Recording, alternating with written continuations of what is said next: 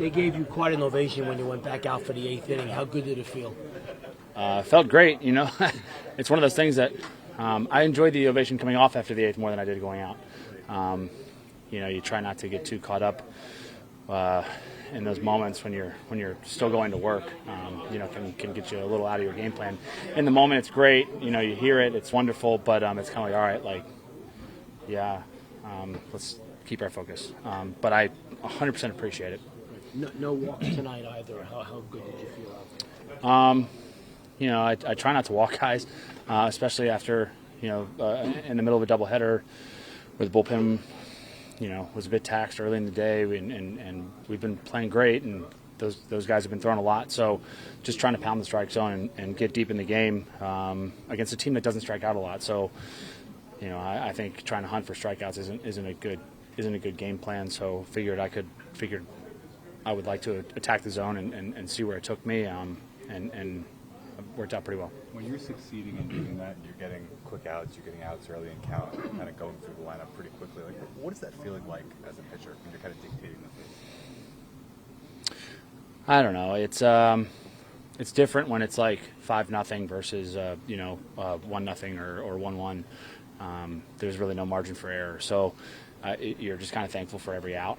You know, it's like all right, reset, on to the next one. You know, maybe, what's my game plan? What did you do earlier in the game? What pitches do I need to make here?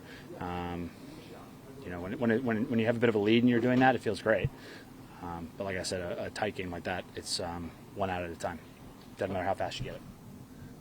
How different is the mood around the team now compared to at the start of the homestand?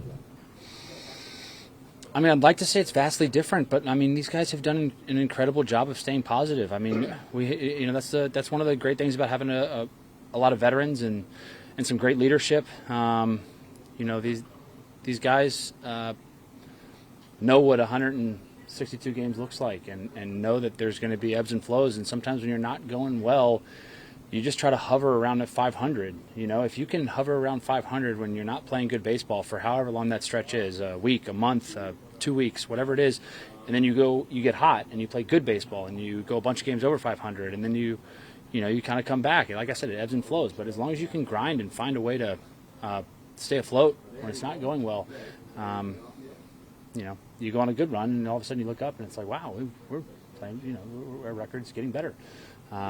So I got to give a ton of credit to these guys. They've stayed extremely positive. There's been a lot of positive talk in the locker room constantly. I mean, you know, it's difficult. It always is when things aren't going well.